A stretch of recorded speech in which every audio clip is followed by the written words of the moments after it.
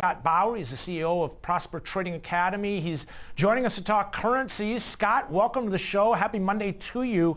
I want to begin with the yuan and all the attention that it's getting. It looks like it's become a pawn in the U.S.-China trade war. We actually just had President Trump who tweeted basically addressing the fact. He said that China has dropped the price of their currency to historically low levels. He asked if the Fed was listening in reaction to, and basically it's drawing a lot of attention. What are your thoughts? A couple things. One, without trying to get political here, President Trump should have known that that was in the cards for China, okay. that was more than likely something they were going to do. No surprise. So he should have no surprise there at all, pre-calculated.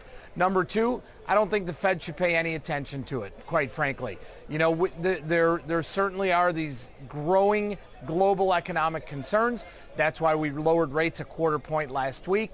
That's why Chairman Powell said that, the wild card in this whole thing are the trade negotiations. And, we just have to go about with what we need to do for the U.S. right now. I don't believe that they can let one decision here for this devaluation really dictate what the next move is going to be. Now, maybe that next move is another cut, but, again, the Fed needs to act on their own volition. The Fed needs to act on their own decision-making here. And what happens today may change tomorrow. So, Scott, one thing that comes to mind when we're talking about this is similar to the inverted yield curve. Everybody was talking about, okay, it inverted. That's a sign of recession to come, basically, recession being imminent. But talk to me, because in theory, a lot of people are saying, well, how long does it stay inverted for? And in theory, we should be looking at how long the yuan stays at these historically low levels, because we could see it pop back up shortly there, soon after. Is this just a kind of a waiting game where we need to sort of just sit back and wait for more information here? I think we do, because nobody knows right now. This is a chess match. It's a poker game. And the reason that they made that move today is all in response to what President Trump did last week. Okay. So this could last a week. It could last a month. It could last a year. So I think that the Fed and everybody has to be prepared for basically all situations here. I don't think there's any handbook along the way here that says, you know what, we're going to be okay in 2 weeks, 6 weeks, a month, whatever it is. Yeah, we're embarking on uncharted territory here, that's for sure. Scott, exactly. What does all this mean for the U.S. dollar? Unless President Trump and the Fed really want to act to devalue the dollar, which I cannot fathom that is going to happen here. We're going to see continued strength. Okay. It's been as strong as it can be, and we're going to see continued strength. You look at the yen also. The yen got a nice pop, safe haven. The Japanese Fed has come out and said they're not going to let the manipulation affect their market. They're not going to, try and devalue just because of the strength there. And I think that's what we have to look at as well. Scott, you mentioned the yen. I'm keeping my eye this week on the New Zealand dollar and the Australian dollar as well. Both have central bank activity this week. It's tough to see any central banker making an argument for anything other than at least stay firm, leave rates unchanged, or even potentially a rate cut, considering some of these economic conditions and all of the unknowns associated with trade. Any expectations of a hike? I'd imagine not. We should be talking flat to lower.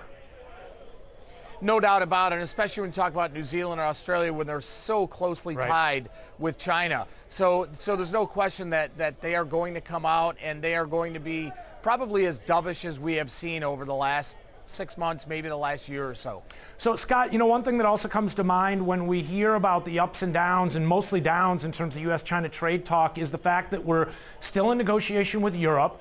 We have a deal with Mexico and Canada that, as far as I know, is yet to be signed, and the ink is yet to dry on that one. What does this mean for some of the other trade deals that we're in the process of negotiating? I'd imagine this sort of puts them back on their heels a little bit and, steers them in the direction of a sooner rather than later in terms of trying to get something definitive. I think it actually muddies the waters a little bit because, all the other countries are looking at this and saying, well, you know what? China really is holding up here. China is acting tough. Whether that's a good or a bad thing, we don't know. But maybe that gives these other countries a little bit more patience, a little bit more exactly, to say, you know what, we can wait this out a little bit. Maybe we can take a little economic pain up front here to wait this out a bit. Yeah, especially, Scott, if everyone's going to be feeling a little economic pain. It may not necessarily be isolated. One thing I'm wondering, though, Scott, is have we gone too far past the brink of no return? I mean, are we at a situation right now where this is just going to get worse and worse? I mean, we had really had some optimism as the indices were into new all-time highs. Yeah, rates were coming off, and that was a little bit concerning, but in theory, things didn't look as bad as they could be. Has that shifted now with all this risk off? Are we starting to see some concerns here that things could get worse?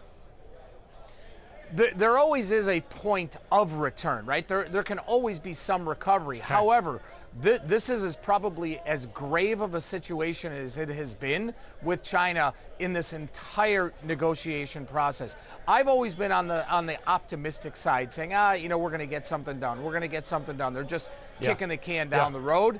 Now I believe that we have gone beyond that inflection point. Okay. Not that we can't come back, but yes, I think there is a lot to be concerned about here. It's not something that's going to be resolved in the next coming weeks. This is going to just fester, and it has festered. And what the market doesn't like, Ben, is uncertainty, and this has just thrown in the grayest cloud of uncertainty that we've seen, at least in terms of trade negotiations, probably for the last couple of years. Yeah, it definitely seems like it's not something that can be reversed by one keystroke at this point, but gives us something to watch here. Scott, really appreciate you starting the week off with us here on the TD Ameritrade Network. Traders, that's Scott Bauer. He's the CEO of Prosper Trading Academy.